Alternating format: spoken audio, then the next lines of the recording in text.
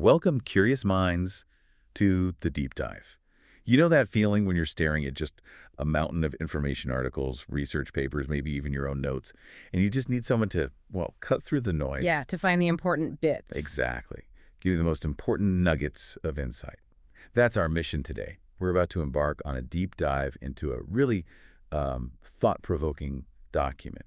It explores not just what a specific research method is, but why its philosophical foundations are just absolutely critical to understanding it. It gets pretty fundamental. It really does. We're talking about the very nature of knowledge itself, and how that shapes absolutely everything from the questions you ask right through to the conclusions you draw.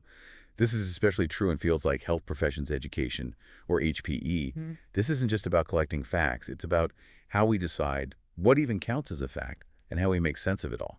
Okay, let's unpack this. It's true, yeah.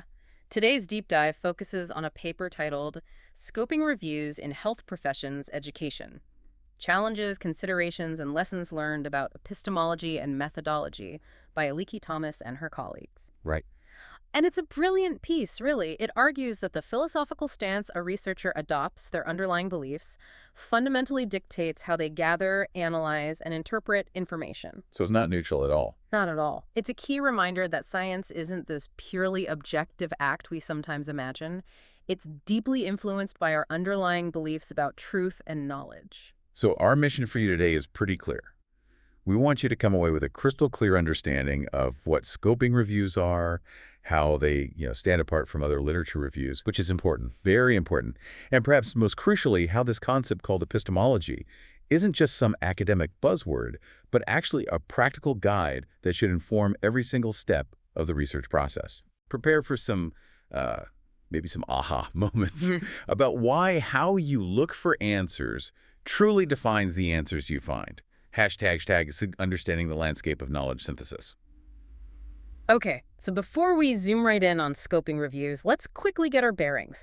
You've probably heard of different ways researchers synthesize existing knowledge, right? What's the bigger picture here? Well, in a field like health professions education, for example, research has just exploded over the past couple of decades. Huge growth. Massive. And this growth makes it essential to have effective ways to synthesize all that evidence. What Thomas and colleagues really highlight is that each type of knowledge synthesis has a distinct purpose. They're designed to answer very different kinds of research questions. It's definitely not a one-size-fits-all situation. Okay, so it's like choosing the right tool for the right job then. Can you give us a quick example of how these approaches might differ? Maybe start with systematic reviews. Absolutely. Good place to start. Consider systematic reviews. Their purpose is quite focused, quite specific. Narrow, even. Often, yes. They aim to identify, evaluate, and integrate pre-existing literature to answer a very specific research question. Think, what is the most effective intervention for X? They typically aim for a definitive answer or conclusion. And they're very structured. Extremely. They follow a highly rigorous, predefined protocol precisely to minimize bias. Okay, makes sense. And then we have scoping reviews, which is our main focus today. Yeah. How do they carve out their own unique niche in this landscape? Right. Scoping reviews, they're much more exploratory. And frankly, broader. Broader how? Their main purpose is to map out the breadth of knowledge on a topic. So identifying key concepts, uncovering gaps in the literature, noting the types and sources of evidence available. So less about the answer and more about what's even known. Exactly. Think of it less like solving one specific puzzle and more like sketching a comprehensive map of an entire research terrain. They're great for understanding what's out there. Like a reconnaissance mission. Kind of, yeah. They can even be a crucial first step before you do a systematic review, helping figure out if a systematic review is even feasible or what specific questions it might tackle. Now, here's where it gets really interesting and, yeah, maybe a bit mind-bending. The paper makes this powerful argument that these different review types, systematic, scoping, they might seem similar sometimes on the surface. They can look similar. But they have foundational differences. And these stem from profoundly different philosophical orientations. And at the heart of that is a term you might not hear every day, but it's foundational to all research. Epistemology. What is that exactly? Right, epistemology. It sounds academic, but it's crucial. As defined by the philosopher Godfrey Smith, it's the aspect of philosophy that It deals with questions involving the nature of knowledge, the justification of beliefs, and rationality. Okay. So in simpler terms, it's your fundamental belief system about what truth even is and how you believe we can actually go about finding it or knowing it. So my personal beliefs about knowledge. Essentially, yes. Every researcher, every study is built on an epistemological foundation. And that dictates what kind of data is considered legitimate, what's trustworthy, and what kind of truth, if any, they are seeking. So it's asking things like, is there one objective truth out there we can identify and measure? Or maybe, do we trust numbers more than stories, than qualitative insights? It sounds like this deeply personal belief system then shapes the entire research journey. Exactly. It absolutely does. And this paper argues quite convincingly that scoping reviews are primarily aligned with an epistemology called subjectivism. Subjectivism, okay. That word immediately brings up thoughts of personal opinion, bias, maybe. What does that actually mean for a scoping review, especially in a, scientific context? That's a common first reaction, but it's more nuanced. In subjectivism, the idea of a single objective truth that we just discover and measure that idea is largely rejected. Rejected, okay. Instead, it asserts that individuals construct their understanding of reality through their interactions with the world, with each other. Knowledge isn't just out there waiting. We build it. We build it, exactly. And this means researchers aren't detached, neutral observers. We're shaped by our lived experiences, our backgrounds, our perspectives, and these inevitably influence the knowledge we generate. It fundamentally shifts who or what is seen as a valid source of insight. Interesting. So it values different perspectives more. Precisely. It values diverse perspectives over trying to find a singular, correct view. So a scoping review, rooted in subjectivism, isn't trying to find the definitive answer, but rather to map all the various understandings and perspectives on a topic. It's acknowledging that different viewpoints contribute to a broader, richer understanding, rather than suggesting there's one true interpretation to somehow uncover. You've got it. Now, while scoping reviews can potentially be conducted from a more objectivist stance, maybe a post-positivist one, which sees knowledge as conjectural, always open to revision, their real core strength, their typical application, truly shines when embracing the subjectivist approach, especially when you're dealing with complex, ambiguous, or really diverse topics where multiple truths or perspectives can coexist quite validly. Which happens a lot in health education, I imagine. Absolutely. And the authors of this paper, Thomas and colleagues, they consciously adopted a subjectivist epistemology in their own work on clinical reasoning, while also noting, importantly, that researchers might need the flexibility to move across different epistemologies depending on the specific research question. Okay, this is where the theory really hits the ground, isn't it? The rubber meets the road. Thomas and colleagues do a fantastic job illustrating how embracing subjectivism actually shapes each of the 6 formal steps of a scoping review. They use their own experience looking at clinical reasoning. It's a great case study. So let's walk through these steps. Let's see how philosophy truly guides the practical methodology. Where do we start? We begin, naturally, with step 1, identifying the research question. Now, given that subjectivist foundation we just talked about. Right, the focus on multiple perspectives. Exactly. Scoping reviews are best suited for questions that aim to map, explore, and document the range of knowledge. So the questions themselves should be intentionally broad, open, exploratory, often starting with what or how. Okay, so give me an example, like what outcomes have been found regarding promoting reflection in nursing education? Something like that. That's a perfect example. Or how have online lectures been integrated into medical school curricula? These allow for a whole spectrum of answers, right? Yeah, you're not looking for a yes-no. Precisely. You want to avoid questions seeking those definitive solutions or a singular truth, or questions that can only really be answered by one very specific type of study design. And the author's own study on clinical reasoning fits this. Perfectly, they asked. How is clinical reasoning and associated terms defined and conceptualized in the HPE literature? See how open-ended that is. It invites complexity. It does. It allowed them to embrace the very real possibility of multiple understandings of clinical reasoning rather than going on a hunt for one singular, maybe non-existent truth. Okay, that makes perfect sense. So you have this broad exploratory question. How do you then go about finding the relevant studies? I'm guessing a subjectivist approach means casting a much wider net than usual for step 2, identifying relevant studies, right? You're absolutely right. Wider net is the key idea here. A subjectivist stance encourages really broad inclusion.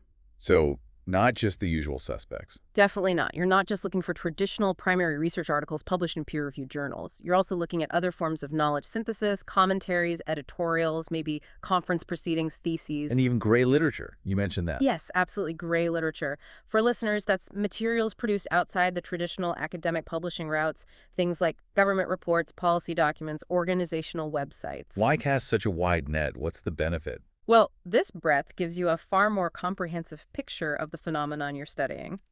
It acknowledges a broad conceptualization of what counts as legitimate evidence. Right. Aligns with the philosophy. Exactly. It aligns perfectly with the goal of understanding the full breadth and scope of a topic. The author's clinical reasoning review, for instance, didn't limit itself.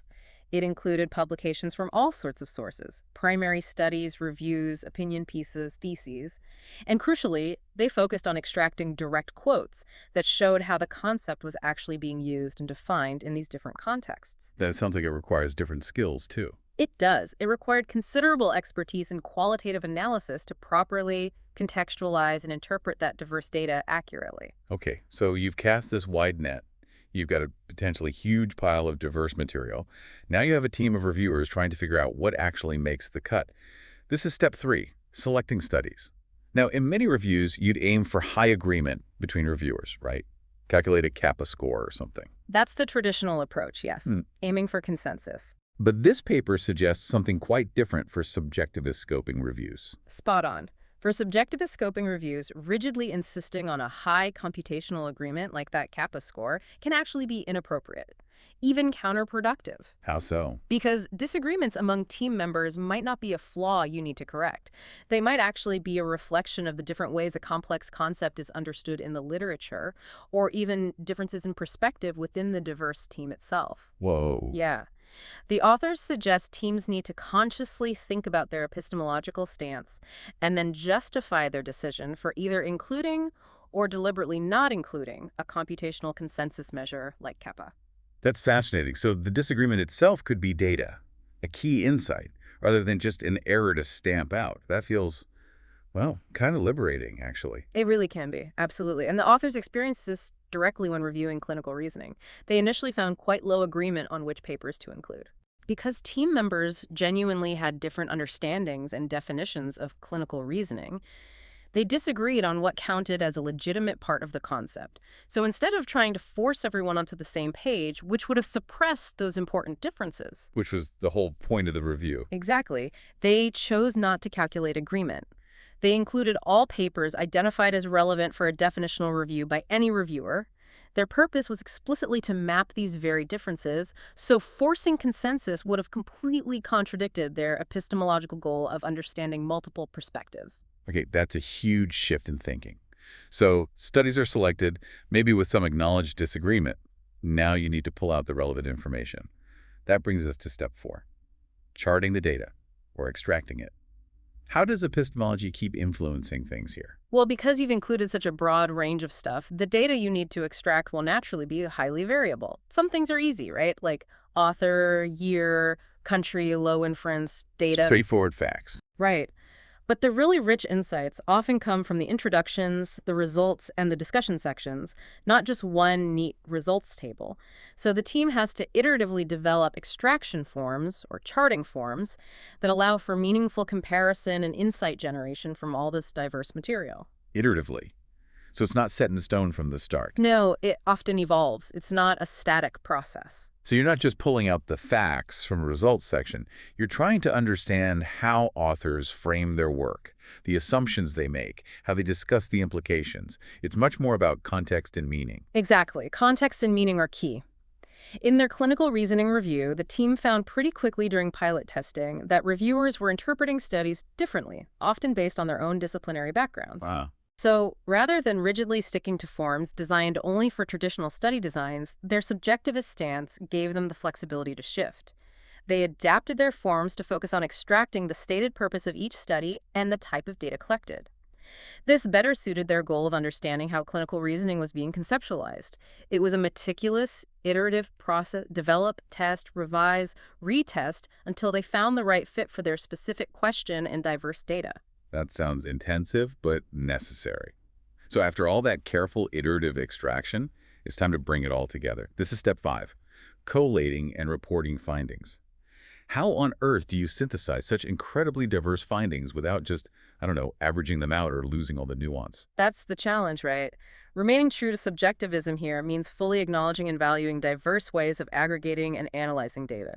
You need to be prepared to mobilize a whole toolkit of analytical procedures. Like what? Well, bibliometric analysis, maybe, to map publication trends. Descriptive summaries, of course. Quantitative counts where they make sense.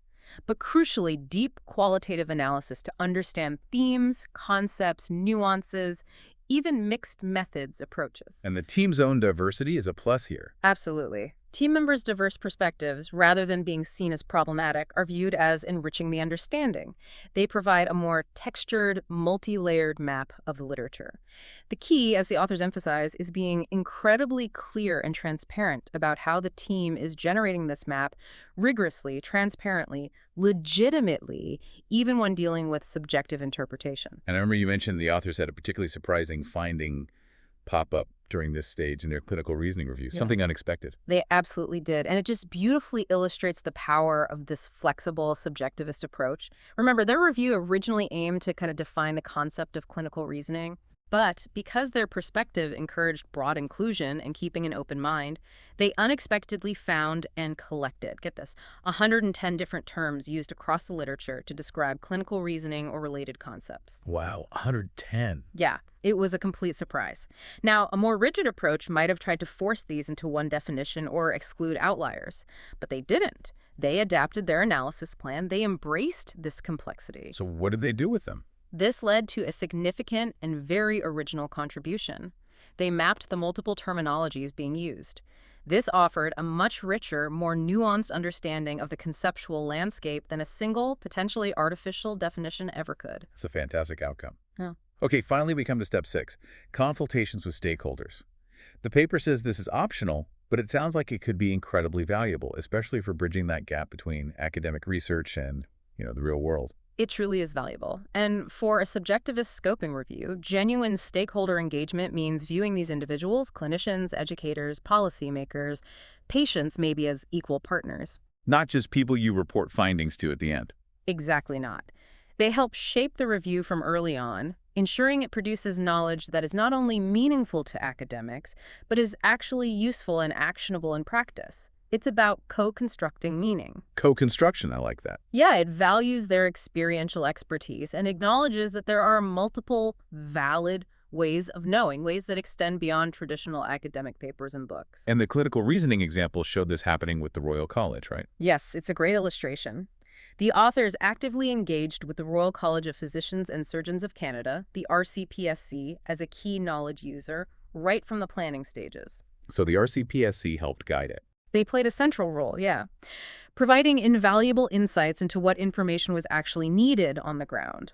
This close collaboration ensured the results could directly inform policy development, help refine discussions around clinical reasoning nationally, and ultimately support better teaching and assessment practices for doctors across Canada. This co-construction process can significantly boost the relevance and impact of the review. Okay, so beyond these 6 steps, Thomas and colleagues also shared some really valuable, hard-won lessons from their experience. Stuff that's useful for anyone grappling with complex information, I think. If you had to pick one really critical takeaway from their experience, what would stand out to you? Oh, that's tough. There are several good ones. But for me, it really boils down to the absolute non-negotiable importance of communication within the research team. Just talking to each other. Well, yes, but deliberately. When you're dealing with complex, often ambiguous concepts, having deliberate, explicit conversations that genuinely value multiple perspectives is essential. These ongoing dialogues help achieve shared understanding of key concepts, research targets, especially when you hit challenges or those surprising findings we talked about. It's not just, being polite, it's a methodological must. And I imagine connected to that, transparency and documentation become even more crucial, especially with all these different perspectives and interpretations floating around. You need a record, Absolutely crucial. Keeping a detailed, rigorous record of all discussions, decisions, disagreements, rationales, it's paramount. Especially because scoping reviews are so iterative. Right, things change. Things change. This documentation serves as a vital resource for adapting your approach when needed. And critically, it helps you defend your methodological choices later on. It shows the rigor and legitimacy of your decisions, even when you're not following a purely prescriptive step-by-step recipe. It's your audit trail, essentially. That makes sense. Iterative keeps coming up. It sounds like another key lesson is really embracing iteration and methodological adaptations, rather than seeing changes as failures or fighting them. Yes, exactly. Scoping reviews fundamentally assume iteration. You have to expect it because you're often mapping new or emerging areas where the initial guidance might be scarce or the terrain itself is shifting as you learn more. So you need to be flexible. You need to be prepared to pause, maybe re-examine your approach, reflect on the process. It might even involve adopting what they call an analyze-as-you-go approach, where you do some preliminary analysis during the data extraction phase just to make sure you're still aligned with your evolving understanding. Flexibility is a real strength here, but, and this is important, every adaptation must always be clearly articulated and well defended, respecting the review's epistemological root. Right, not just changing things randomly. No, it has to be principled. And this also includes really recognizing and leveraging the disciplinary and even the epistemological differences among your team members as a strength. And finally, maybe my favorite lesson, expecting and coping with surprises. That feels incredibly human and very real-world research, doesn't it? It really does. Because when you're mapping broad, complex areas, surprises are almost guaranteed. Things won't always fit neatly. The profound lesson here, as the authors put it, is to find the beauty in the differences. I like that. Me too. Rather than seeing unexpected findings or those initial disagreements as problems you need to fix or smooth over, view them as rich opportunities. They can help you build a new, much richer, more nuanced understanding of why and how distinct foundational philosophies, different perspectives, actually enhance your conclusions. This ability to embrace the unexpected, to learn from complexity, is truly at the core of a robust subjectivist approach. Wow, what a journey we've been on. From just contrasting systematic and scoping reviews, which seems simple enough, to really unpacking the profound role of epistemology. This deep dive has really shown us that how we seek knowledge is just as important, maybe sometimes more important, than the knowledge itself. It's not always about finding the single truth, but understanding the whole tapestry of truths. And that understanding, that conscious recognition of the philosophical underpinnings driving your inquiry, it allows you to produce high-quality, defensible, and really appropriate conclusions, especially when you're grappling with diverse and complex bodies of literature like an HPE. It truly refines our appreciation of how different perspectives can color, enrich, and broaden our findings in ways that a narrow search for the one answer never could. So what does this all mean for you listening right now? Well, perhaps it's an invitation. Maybe pause next time you're trying to make sense of a new topic or a complex body of information, whether it's for work, personal learning, or maybe even a tricky decision in your life. Instead of just asking, what do I need to know? Try asking a deeper question. What kind of knowledge am I really looking for here? Is there likely a single objective answer? Or are there multiple valid perspectives that I need to try and understand? And this is the kicker. How might my own philosophical lens, my own assumptions about truth and knowing, be shaping what I'm seeing, or maybe what I'm choosing to focus on, or even ignore? That's a powerful question. It really is. That's a question worth mulling over and perhaps exploring on your own. That's it for this deep dive. We hope you feel a little more well-informed and maybe, just maybe, a little more curious about the philosophy humming away behind the facts. Until next time, keep exploring.